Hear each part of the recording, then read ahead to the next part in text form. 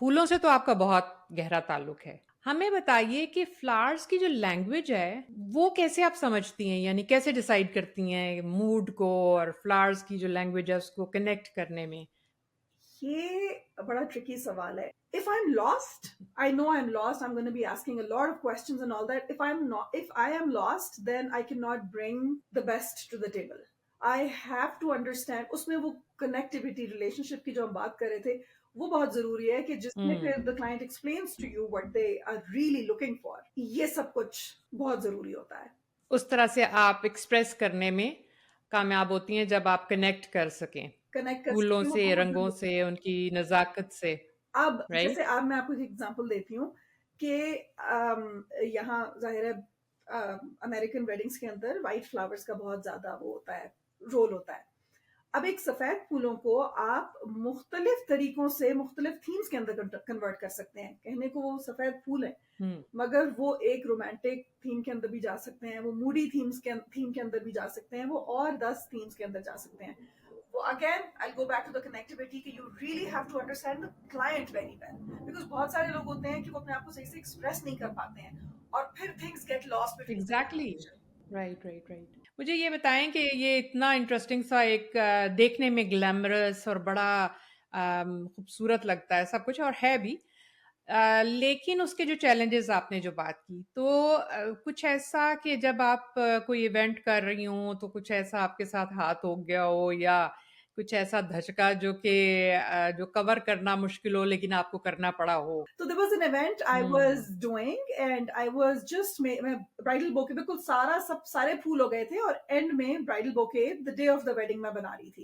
And I was holding the bouquet like this और वो जो सिजर्स होती हैं वो बहुत शार्प होती हैं, बहुत ज्यादा. तो वो मैंने करते करते I cut my finger like that oh and no! और खून ही खून, मतलब काफी ठीक ठाक. तो अब उस वक्त ओए आई होए! Had to make a decision कि अब मैं क्या करूं. अगर मैं अर्जेंट केयर जाती उस पर stitches, clearly it needed stitches, clearly. सारे आप बच्चे इतने पाल के आपको ओह! पता चल जाता है कि क्या कट और क्या वूंड कैसा होता है. तो राइट, राइट, राइट। वो I had to make a decision because I had to leave the house in 20 minutes for the venue.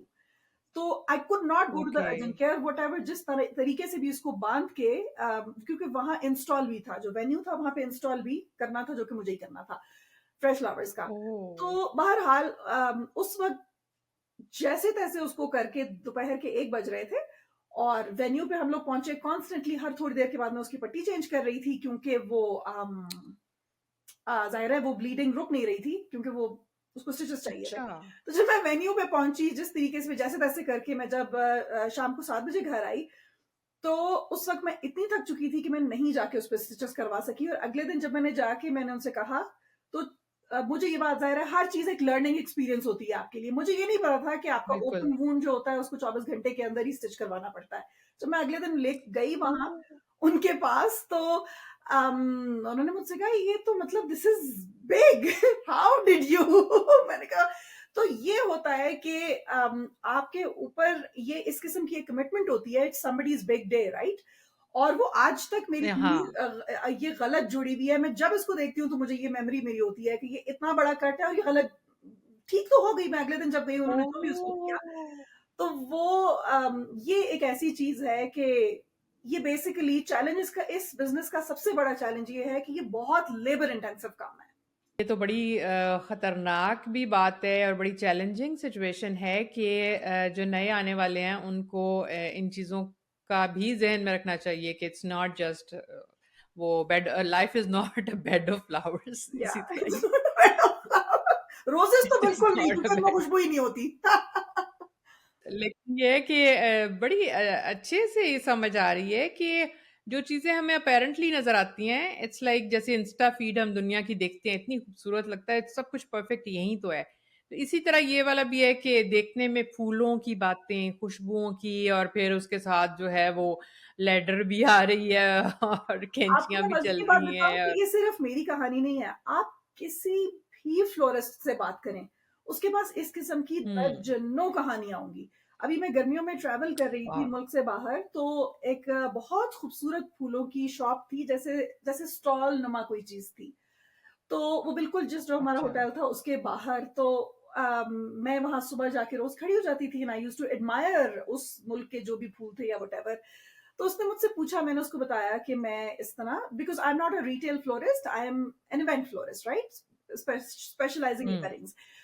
तो उसने, तो वो ऐसा लग रहा था कि उसके कोई दिल की बात सुनने के लिए कोई वहां खड़ा हो गया आके। कहती है मैंने पता नहीं 20-25 साल इवेंट फ्लोरिस्ट्री की है, अब मैं रिटेल में आ गई हूँ, ब्लेस योर हार्ट, ये वो, इससे दुनिया में मुश्किल काम कोई नहीं है। मेरी ये उंगली कटी, मेरा ये पाँव कटा, मेरे मेरे अर्थराइटिस हो गया, मैंने कहा भाई वो सब तो कुछ हो गया। Because it is extremely labour intensive.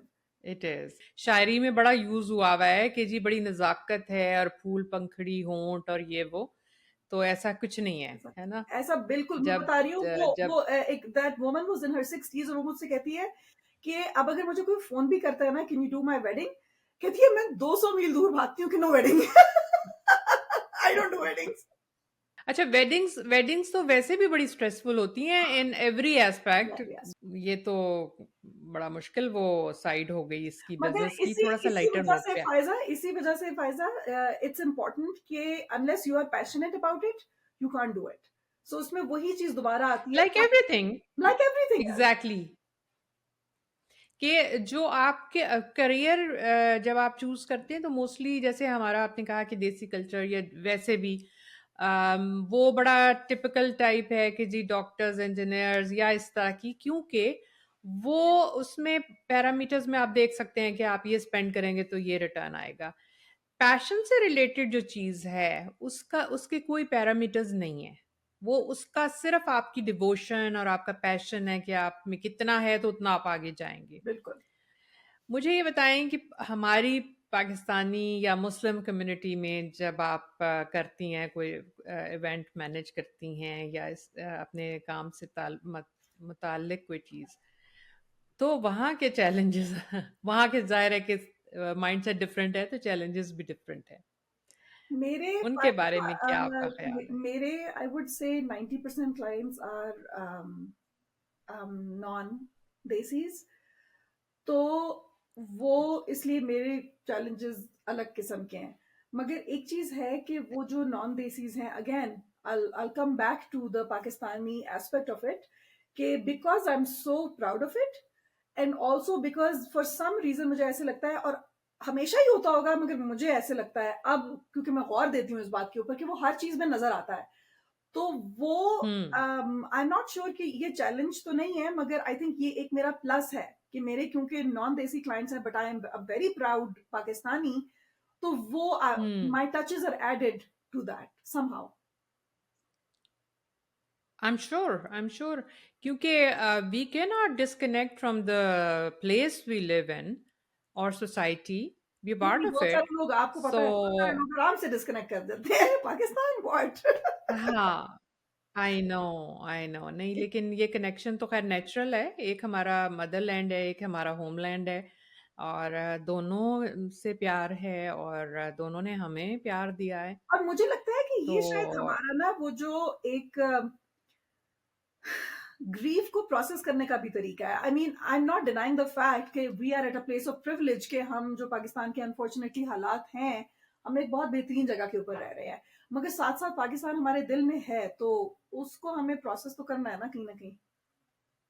बिल्कुल, बिल्कुल, अपनी ज़मीन से दूर रहते हुए उसकी याद ज़्यादा होती है, उसके लिए इमोशंस ज़्यादा इंटेंस हो जाते हैं। जैसे हम वहाँ अभी भी जो लोग रहते हैं, ज़ाहिर है कि उनके लिए इट्स जस्ट अ थिंग, ज़ाहिर है रहते हैं आप तो बस और आपका है। इसी वजह से लेकिन फिर हमें, हमारे वी लिए have to make a conscious effort for community building, we have to make a conscious effort for our kids to be involve, और सारा कुछ।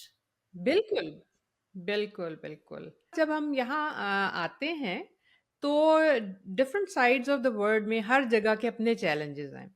आप डेनवर में रहती हैं, और जो कि इस तरह से जैसे हम हमारा न्यूयॉर्क न्यू जर्सी तो बहुत हैविली पॉपुलेटेड है देसी कम्युनिटी से, जबकि डेनवर में ऐसा नहीं है। तो ऐसे उस माहौल में पाकिस्तान या देसी कल्चर को लेकर चलना और बच्चे रेज करना, ये एक अलहदा से चैलेंज है। इसको कैसे देखती हैं आप? अब आई थिंक कि पिछले मैं आफ्टर कोविड देख रही हूँ कि चीजें काफी चेंज हुई हैं. Lot of families have moved to Denver from other places. Covid change the world for everybody, I think. और एग्ज़ैक्टली, ओवरलैप मूवमेंट्स बहुत हुई हैं within the US, right? You are aware of that as well. Right, तो अब तो मुझे लगता है बेहतर है, मगर जब मैं यहाँ मूव हुई थी तो जब भी फैमिलीज थी, मगर जाहिर है आप उसको Houston, Dallas, New York, New Jersey उससे कंपेयर कहीं पे भी नहीं कर सकते. It's gonna take us 20 years to be there. तो उसके अपने पर्क्स भी हैं और अपने नेगेटिव्स भी हैं.